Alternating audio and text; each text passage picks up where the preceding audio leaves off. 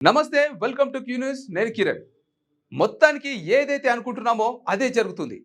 Trump భారత్పై కపట ప్రేమ చూపుతూ మొదటికే మోసం తెస్తాడనే సామెత నిజం చేసేలా ఉన్నాడు.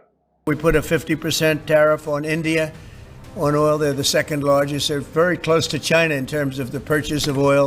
భారీ సుంకాలతో బెంబెలెత్తిపోయేలా చేస్తున్నాడు. మరోవైపు మోడీ స్ట్రాంగ్ గా బదులిచ్చిన తర్వాత ట్రంప్ కనీసం భారతదేశంతో వాణిజ్య చర్చలు జరపడానికి కూడా స్పష్టంగా నిరాకరించి సుంకాల వివాదం ఉన్నంత వరకు ఈ విషయం ఖరారు అయ్యే వరకు భారతదేశంతో ఎలాంటి వాణిజ్య ఒప్పందం ఉండదని ట్రంప్ కుండలు బద్దలు కొట్టేశాడు. सर्वोच्च प्राथमिकता है. व्यक्तिगत रूप से मुझे बहुत बड़ी कीमत चुकानी पड़ेगी, लेकिन मैं इसके लिए तैयार हूं. సుంకాల సమస్యను పరిష్కరించే వరకు వాణిజ్య ఒప్పందంపై చర్చలు ఉండవని ఆయన గురువారం ఓవల్ కార్యక్రమంలో మీడియా సమావేశంలో చెప్పేశాడు.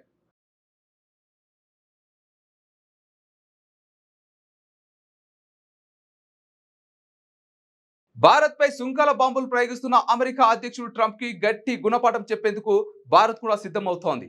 అయితే ఎలాంటి పరిస్థితులనైనా ఎదుర్కోవడానికి సిద్ధంగా ఉన్నామని ప్రకటించిన ప్రధానమంత్రి నరేంద్ర మోదీ భారత వ్యవసాయ ఉత్పత్తులను కాపాడడానికి అన్ని ప్రయత్నాలు చేస్తామని స్పష్టం చేశారు. हमारे लिए अपने किसानों का हित सर्वोच्च प्राथमिकता है. ఇదే సమయంలో భారత్ కి రష్యాతో పాటు చైనా అండగా నిలిచాయి. ట్రంప్ తీరును అటు పుతిన్ ఇటు జిన్పింగ్ తీవ్రంగా తప్పుపట్టారు. ట్రంప్ సుంకాలను దుర్వినియోగం చేస్తున్నారని చైనా విదేశాంగ శాఖ కూడా ఆగ్రహం వ్యక్తం చేసింది. ఈ నెలాఖరులో రష్యా అధ్యక్షుడు పుతిన్ భారత్లో పర్యటించబోతున్నారు. మాస్కోలో పర్యటిస్తున్న జాతీయ భద్రతా సలహాదారు అజిత్ దోవల్ స్వయంగా ఈ విషయాన్ని ప్రకటించారు. భారత్పై ట్రంప్ సుంకాల వేళ పుతిన్ భారత పర్యటన ప్రాధాన్యతను సంతరించుకుంది.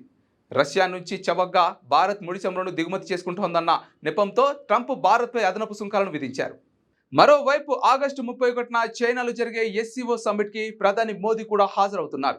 అమెరికా టారిఫ్లను ఉమ్మడిగా ఎదుర్కోవాలని భారత్, రష్యా, చైనా నిర్ణయించాయి. భారత్పై అమెరికా అధ్యక్షుడు ట్రంప్ విధించిన 50% సుంకాలపై రగడ కొనసాగుతోంది. ప్రధాని మోదీతో పాటు అన్ని పార్టీలు ట్రంప్ తీరును తప్పుపడుతున్నాయి. ట్రంప్ బెదిరింపులకు లొంగరాదని కేంద్రానికి సూచిస్తున్నాయి.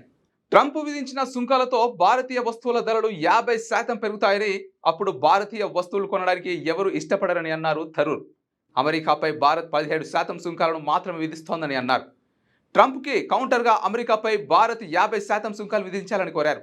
ये सब मैं अगर सोचूं तो इसमें कुछ दूसरा इशारा है, दूसरा कोई संदेश मिल रहे हैं वॉशिंगटन से, जिसके बारे में हमारी सरकार को समझ के जवाब देना चाहिए. अगर ऐसे वो लोग करेंगे तो हम भी अमेरिकन एक्सपोर्ट्स पे 50% की टैरिफ हमारे तरफ से भी लगाना चाहिए.